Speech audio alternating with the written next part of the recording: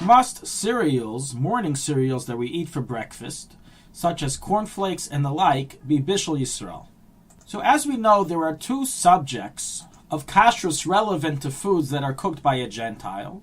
One is Pas Yisrael or Pas Akum, and another is Bishul Yisrael versus Bishul Akum. And each subject contains different laws. Cereals in general are made through first being cooked, meaning the raw product is cooked. It is then either baked or puffed. And thus practically, all Mezonos cereals, such as Cheerios and the like, fall under the category of the subject of Pas Yisrael. Non-Mezonos cereals, such as cornflakes and the like, fall under the category of Bishul Yisrael. We're going to focus in this lesson specifically on the non-Mezonos cereals that fall under Bishul Yisrael. Must they be cooked by a Jew? Must they be baked by a Jew or not? So as we've discussed in previous classes, although the sages required that a food be cooked by a Jew in order for it to be kosher for consumption, nonetheless, this is regulated to a case that the food is inedible raw and is fit to be served at a king's table, in which case it must be cooked or baked by a Jew. If, however, it is edible raw, or it's not fit for a king's table, then they never placed this requirement of Bishul Yisrael, and even if it's cooked by a Gentile, it remains kosher, although even in such a case, a God-fearing Jew, a Torah scholar, avoids eating it. So the question is, what category does non-Mezonos cereals fall under? Is it considered a food that is fit to be served at a king's table and therefore must be Bishul Yisrael, or not, and therefore is only a stringency to be Bishul Yisrael? So regarding the definition of fit to be served on a king's table, we find various approaches amongst the Poskim and amongst the Rabbanim of today, including the Hashgacha companies of today, as we have discussed in one of our previous lessons regarding the status of Twizzlers, vis-a-vis Bishul Yisrael. Some say that anything that's not served at a wedding or at a White House dinner is not considered oil al shulchan menachem and therefore does not have to be Bishul Yisrael. Others say no, anything that's put in front of guests to eat by a special dinner or a special breakfast is considered to be a food that is brought to a king's table and therefore must abide by the laws of Bishul Yisrael and be cooked or baked by a Jew. Practically, these two approaches have created difference of approach regarding if morning cereals that are not Mezonos must be Bishul Yisrael or not. Clearly, cereals are made of ingredients that cannot be eaten raw, so they fulfill the first requirement to have the problem of Bishul Yisrael. Now, whether they are fit for a king's table is dependent on the previous dispute. Some Rabbanim and Hashgacha companies say that morning cereals are not considered fit for a king's table as they are not served by a White House dinner or by a wedding. Who would serve a bowl of cereal at a wedding? So they say it doesn't have to be Bishul Yisrael, and they give their Hashgacha despite the fact that it is baked or cooked by a Gentile. So ruled Rav Mordechai Eliyahu, the chief rabbi of Eretz Yisrael, regarding cornflakes and other cereals. So is the policy of the OU based on the ruling of Rav Yisrael Belsky. So is the ruling of Rav Heinman, and so is the policy of his organization, the Star K. And so is followed also by some even Mahadrin Hashgachas.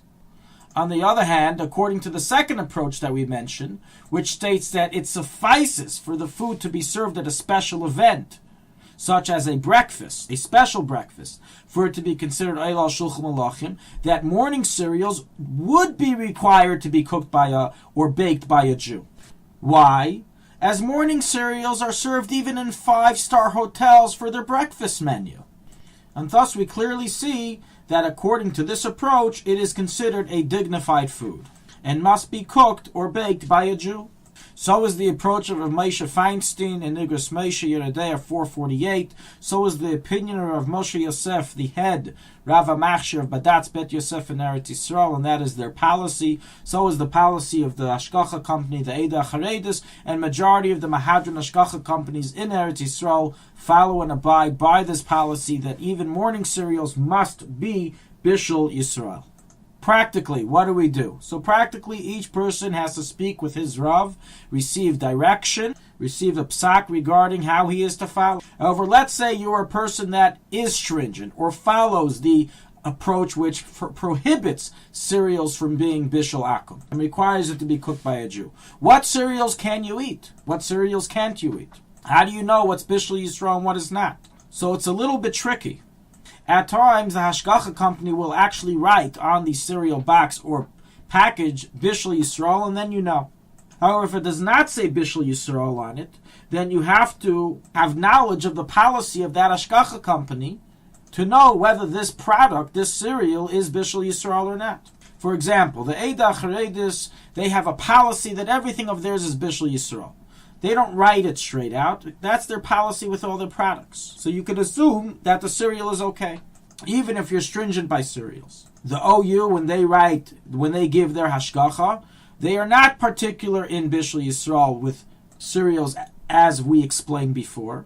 And so on and so forth. Each hashgacha company has their own policy, and therefore, to really know, you would have to speak to them, correspond with them to find out what is their policy, and is this cereal physically cooked or baked by a Jew, or is it not? And they rely on the fact that, in their opinion, it's not Eila Shulchan Aruch.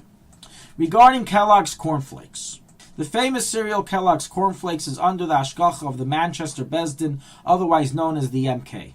It is marketed as a Mahadran product, and it has a kosher Mahadran label printed on the boxes. Nonetheless, after verification from the MK, it was discovered that Kellogg's cornflakes is not cooked by Jews, it is not bishul Yisrael, and it follows the approach who hold that it doesn't need to be because it's not fit for a king's table. However, all of those who follow the stringent approach that we explained above, that requires even morning cereals to be bishul Yisrael as it's fit for a king's table, being it served at breakfast, they would not be able to eat Kellogg's cornflakes even though it has a MK hashgacha with the words Mahadran labeled on it. After bringing up this issue with the MK, they stated to me that they would remove the Mahadran label from the products in order not to cause people to think that it's Mahadran, which means that it is kosher according to all approaches, when in truth some approaches invalidate the kashrus of this product. On the other hand, the cornflakes under the hashgacha of Telma, the Eidah Charedis, is bishul Yisrael. It does not have any of the issues that we spoke of earlier, and even those that are machmir can eat those products without any worry. Thank you for listening to Shulchanaruchharav.com. Our free services of making Torah knowledge available to the public depends on donors like you.